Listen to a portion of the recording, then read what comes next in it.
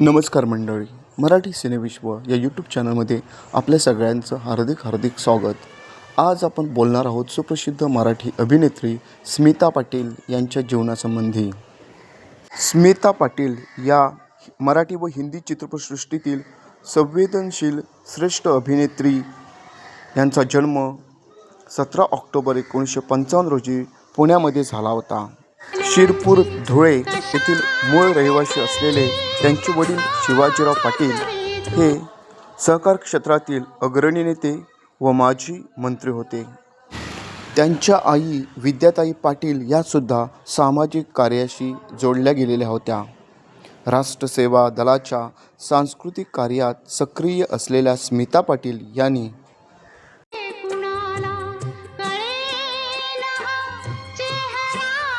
प्रारंभीच्या काळात मुंबई दूरदर्शन येथे वृत्तनिवेदिका म्हणून काम केले.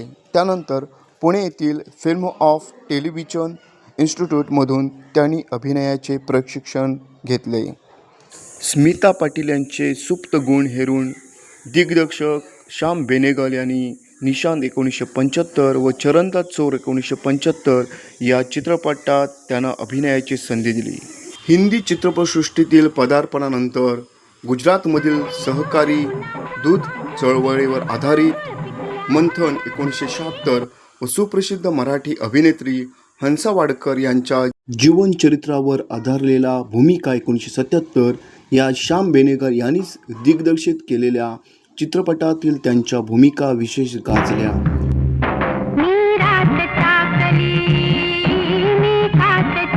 भेदक आणि बोलके डोळे यांचा वापर करून त्यांनी केलेल्या संवेदनशील अभिनयामुळे त्यांना कलात्मक चित्रपटसृष्टीत मान्यता मिळाली. सावळा वर्ण असला तरी विलक्षण बोलका चेहरा हे त्यांचे वैशिष्ट्य होते. याच बळावर त्यांनी भारतीय सिनेमात 70च्या दशकापासून प्रवाहित झालेल्या समांतर सिनेमातील वास्तववादी भूमिका साकारल्या आणि वास्तववादी अभिनय शैलीचा प्रत्यय जगभरातील सिनेमा रसिकांना दिला. 1979 ते 86च्या दरम्यान त्यांनी काही कलात्मक चित्रपटांमध्ये महत्त्वाच्या भूमिका केल्या. भूमिका जगणे म्हणजे काय याचा प्रत्यय त्यांनी प्रत्येक भूमिकेतून दिला. 1979 ते 86च्या दरम्यान त्यांनी काही कलात्मक चित्रपटांमध्ये महत्त्वाच्या भूमिका केल्या. भूमिका जगणे म्हणजे काय याचा प्रत्यय त्यांनी प्रत्येक भूमिकेतून दिला. त्यामुळे त्यांच्या अभिनयाची आंतरराष्ट्रीय स्तरावर दखल घेतली गेली. यात गमन 1979, आक्रोश 1980, चक्र 1981, अर्धसत्य 1983, मिर्च मसाला 1987 आदी चित्रपटांचा समावेश होतो.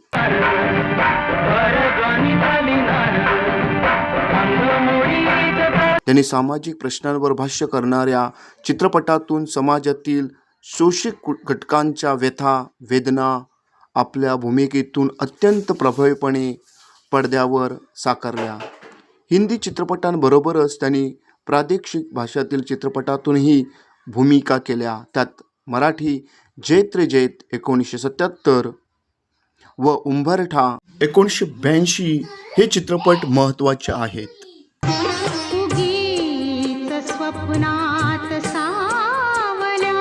तसेच अकालेर संधाने बंगाली चित्रपट, भवानी भवई गुजराती चित्रपट या प्रादेशिक चित्रपटात त्यांनी महत्त्वाच्या भूमिका केल्या. समांतर सिनेमात भूमिका करीत असताना त्यांनी व्यावसायिक चित्रपटातूनही भूमिका केल्या. त्यात नमक हलाल 1982, शक्ती 1982 या चित्रपटातून त्या वेळचे व्यावसायिक चित्रपटातील प्रसिद्ध अभिनेते अमिताभ बच्चन यांच्या समवेत तर आखिरी ख्यो 1985 या चित्रपटातून त्यांनी राजेश खन्ना यासारख्या दिग्गज अभिनेत्यांबरोबर भूमिका केल्या. सद्गती 1981 या दूरदर्शनपटासाठीही त्यांनी भूमिका केली होती. अभिनयात संवेदनशीलता असलेल्या स्मिता पाटील यांनी जाणीवपूर्वक सामाजिक चळवळीशी स्वतःला जोडले होते. त्यातून येणारे अनुभव त्यांनी आपल्या भूमिका साकारण्यासाठी पूर्वपीठिका म्हणून वापरले.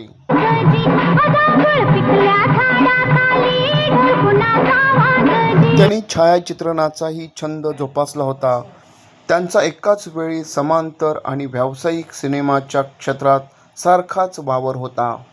स्मिता पाटील त्यांच्या गंभीर अभिनयासाठी ओळखल्या जातात, पण फार कमी लोकांना माहीत आहे की चित्रपट पडद्यावर सहज आणि गंभीर दिसणाऱ्या स्मिता पाटील वास्तविक जीवनात खूप खोडकर होत्या.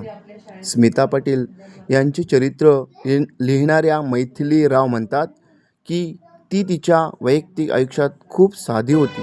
तिच्यामध्ये अशी कोणतीही इच्छा नव्हती की आपण एक मोठे स्टार बनले पाहिजे. आयुष्याबद्दल गंभीर असण्याव्यतिरिक्त ती खूप खोडकर होती. खूप मजा करायची. तिला ड्रायव्हिंगची खूप आवड होती. हेच कारण आहे की तिने 14-15 वर्षाच्या वयातच गुपचूप ड्रायव्हिंग शिकले होते.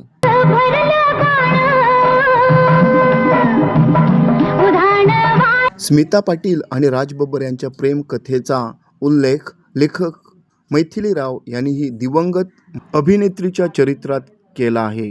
मैथिली राव यांनी स्मिता पाटील यांच्या चरित्रात भरपूर काही लिहिले आहे, ज्यामध्ये त्यांनी सांगितले आहे की स्मिता पाटील यांच्या राज बब्बर यांच्याशी असलेल्या संबंधांमुळे त्यांच्यावर टीकाही झाली होती. लोकांनी त्यांच्याबद्दल बोलताना म्हटले होते की त्यांनी राज बब्बर आणि नादिरा बब्बर यांचे लग्न मोडले. यातील माहितीनुसार स्मिता पाटील यांची आई त्यांच्या आणि राज बब्बरच्या नात्याच्या विरोधात होती. महिलांच्या हक्कासाठी लढणाऱ्या स्मिता दुसऱ्याचे घर कसे मोडू शकतात असे त्या म्हणायच्या. त्यांच्या आई त्यांच्यासाठी आदर्श होती. राज बब्बर आणि स्मिता पाटील यांची प्रेमकथा भिगी पलकी चित्रपटाच्या शूटिंग दरम्यान सुरू झाली.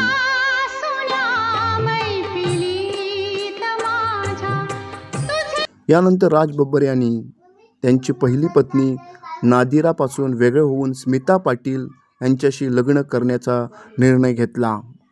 राज बब्बर यांना जुही, आर्या आणि प्रतीक अशी 3 मुले आहेत.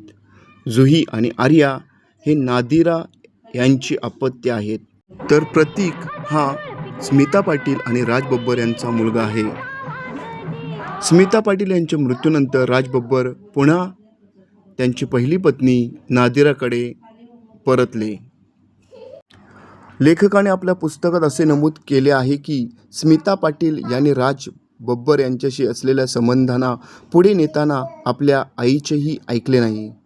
शेवटच्या क्षणी आईचे मुलीशी संबंध बिघडले याचे त्यांच्या आईलाही खूप दुःख झाले.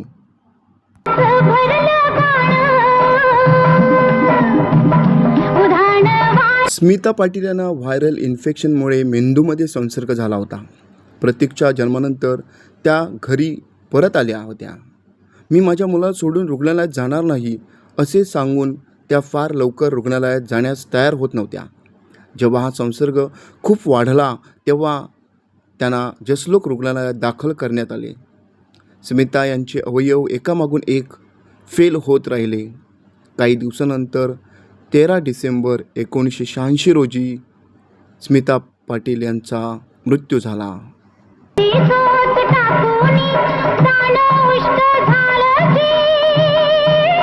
या अभिनय कारकिर्दीत त्यांना चक्र या चित्रपटातील भूमिकासाठी राष्ट्रीय पुरस्कार मिळाले.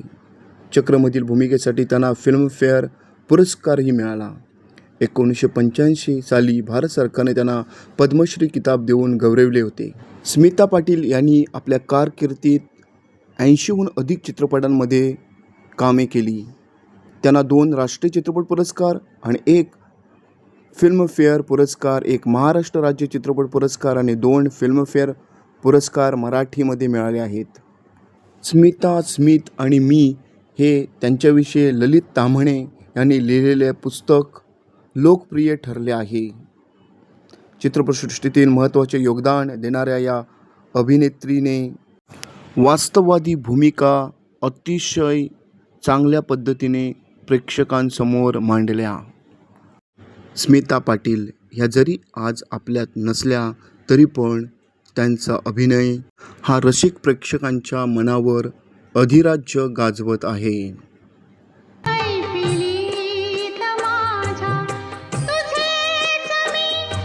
मंडळी, व्हिडिओ आवडल्यास व्हिडिओला लाईक आणि चॅनलला सबस्क्राईब करा.